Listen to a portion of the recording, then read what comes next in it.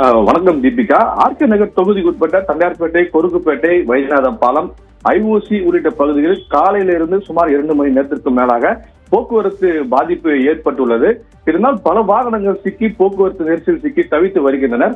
பரபரப்பாக இருக்கும் காலை நேரங்களில் எண்ணெய் தொழிற்சாலைகள், அங்கு வரக்கூடிய கூட்ஸ் மற்றும் சரக்கு ரயில்களால் அந்த பகுதியில் ரயில்வே தண்டவாளத்தை மூடி இருப்பதால் கிட்டத்தட்ட ஒரு 25 நிமிடங்களுக்கு மேலாக அந்த கேட் மூடி இருப்பதால் அங்கு காலை நேரங்களில் மிகப்பெரிய ஒரு போக்குவரத்து நெரிசல் ஏற்படுகிறது.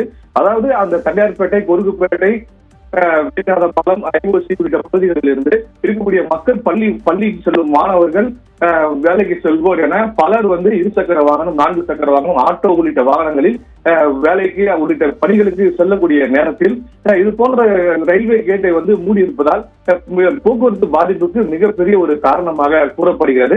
அது மட்டுமல்லாமல் அந்த பகுதியில் கனரக வாகனங்களான அந்த குப்பை லாரி மற்றும் அந்த குடிநீர் எடுத்து செல்லும் லாரிகளால் அதிக அளவில் காலை நேரங்களில் இயக்கப்படுகிறது. இதனாலும் அங்கு கடுமையான போக்குவரத்து நெரிசல் ஏற்படுகிறது.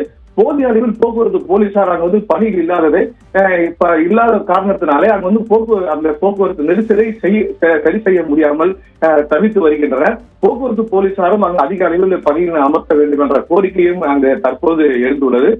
காலை நேரங்களில் இது மாதிரியான போக்குவரத்து நெரிசல் ஏற்படுவதன் காரணமாக அதாவது இந்த ராயபுரம், தண்டையார்பேட்டை உள்ளிட்ட இடங்களிலிருந்து மணலி, மாதவரம், திருவொற்றியூர் செல்ல முடியாமலும், அதே போல இந்த பகுதியிலிருந்து சென்னை உள்ளிட்ட பல இடங்களுக்கு செல்ல முடியாமலும் மக்கள் காலை நேரங்களில் மிகப்பெரிய ஒரு அவதியை அடைந்து வருகின்றனர். எழில் நகர் பகுதியில் புதிதாக ரயில்வே டிராக்கின் மீது புதிதாக ரயில்வே மேம்பாலம் கட்டப்பட்டு அது இன்னும் திறக்கப்படாத நிலையில் புதிதாக இந்த பகுதியில் ரயில்வே மேம்பாலங்களை கட்ட வேண்டும் என பொதுமக்கள் தொடர்ந்து பல முறை ஒரு கோரிக்கையாகவே வைத்து வருகின்றனர். தீபிகா.